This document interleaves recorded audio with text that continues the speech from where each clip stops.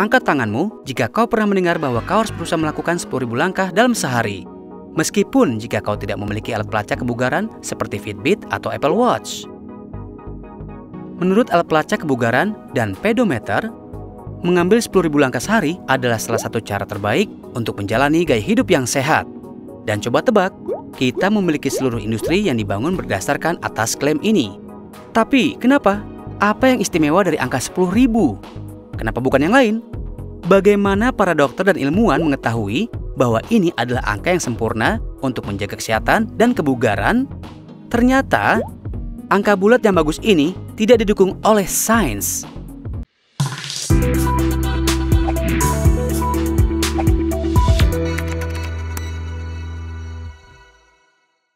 Asal-usul angka ini bisa ditelusuri kembali di pertengahan 1960-an di Jepang ketika pedometer yang bisa digunakan keluar untuk pertama kalinya di dunia. Para pengembang menamakan perangkatnya Manpoke yang secara harfiah diterjemahkan menjadi 10.000 langkah meter.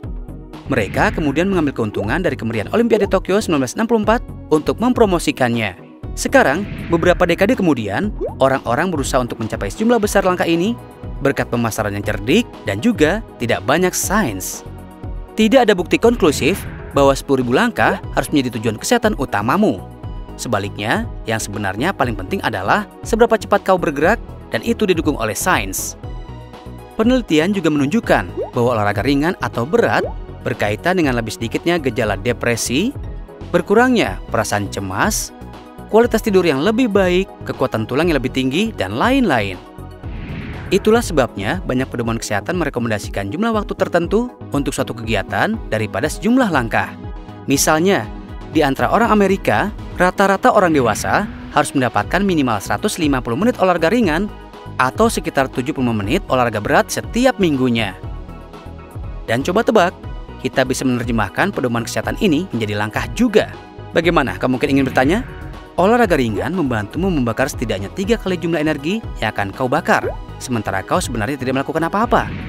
Penelitian menunjukkan bahwa untuk beberapa orang dewasa, ini setara dengan berjalan dengan kecepatan 100 langkah per menit, atau sekitar 4 km per jam. Jadi, kau harus berjalan sekitar 15.000 langkah per minggu, atau sekitar 2.100 langkah per harinya. Tapi hey, jangan khawatir jika kau tidak bisa mendapatkan langkah-langkah itu.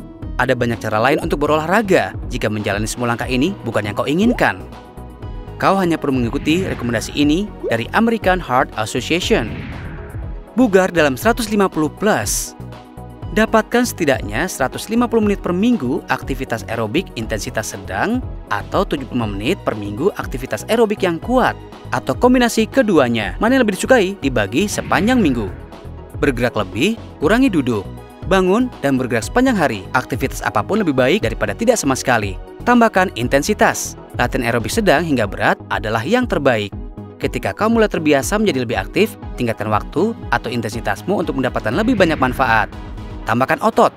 Sertakan aktivitas penguatan otot intensitas sedang hingga tinggi, seperti latihan daya tahan atau latihan beban, setidaknya 2 kali seminggu. Merasa lebih baik.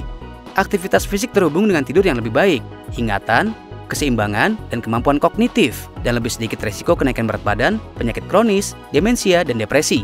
Ini adalah salah satu hal terpenting yang bisa kau lakukan untuk kesehatan dan kesejahteraanmu. Jadi keluarlah dan mulai bergerak. Jangan repot-repot menghitung langkah-langkah itu. Apakah kamu menekan tombol snooze setidaknya 3-5 kali di pagi hari? Apakah kamu perlu mengatur 5 alarm untuk bangun? Apakah kamu sering terlambat bekerja karena kamu melewatkan alarm? Jika kamu bukan orang yang biasa bangun pagi dan sangat sulit untuk bangun tepat waktu, berikut adalah 5 tips unik untuk membantumu berhenti menekan tombol snooze dan bangun dengan perasaan yang segar.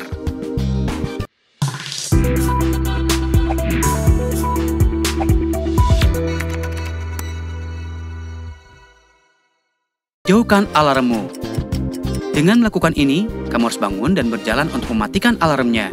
Karena itu akan membuatmu lebih tidak nyaman untuk terus tidur. Bangun dan berjalan akan membuat otot-otot tubuhmu bergerak dan karenanya tubuhmu terbangun. Nyalakan lampu atau buka tirai untuk membiarkan sinar matahari masuk. Kebanyakan orang lebih menyukai ruangan yang gelap saat tidur. Sementara di sisi lain, lampu sering menjadi pertanda untuk bangun. Karena itu, paparan cahaya di pagi hari adalah isyarat terbaik untuk membangunkan tubuhmu. Memiliki tujuan atau alasan untuk bangun. Pernahkah kamu bangun lebih awal dari biasanya karena kamu harus mengejar penerbangan? Ini karena kamu memiliki tenggat waktu dan sesuatu yang dilakukan segera setelah kamu bangun. Buat alasan untukmu bangun setiap harinya. Bisa jadi sesuatu yang kamu sukai seperti bersepeda atau pergi ke gym. Memiliki sesuatu untuk dilakukan membuatmu lebih mudah untuk bangun dan menghindari tertidur sebentar. Bangun dalam siklus yang benar. Penelitian menunjukkan bahwa jumlah REM atau Rapid Eye Movement tidur yang kamu dapatkan lebih penting daripada jumlah total tidur yang kamu dapatkan. Tertidur lagi membingungkan otakmu dan secara signifikan berdampak pada siklus REM-mu. Bangun di tengah siklus REM membuatmu merasa mengantuk dan juga lesu. Karena itu, jika kamu tidur dengan jumlah waktu yang tepat, itu akan membantu tubuhmu bangun dengan mudah. Minum air putih. Minum air di pagi hari menyegarkan dan segera merehidrasi tubuhmu. Dan karenanya bisa meningkatkan tingkat energi rendahmu dan membuatmu tetap waspada setelah kekeringan semalaman. Air menggerakkan otakmu dan menghilangkan rasa kantuk atau kelelahanmu.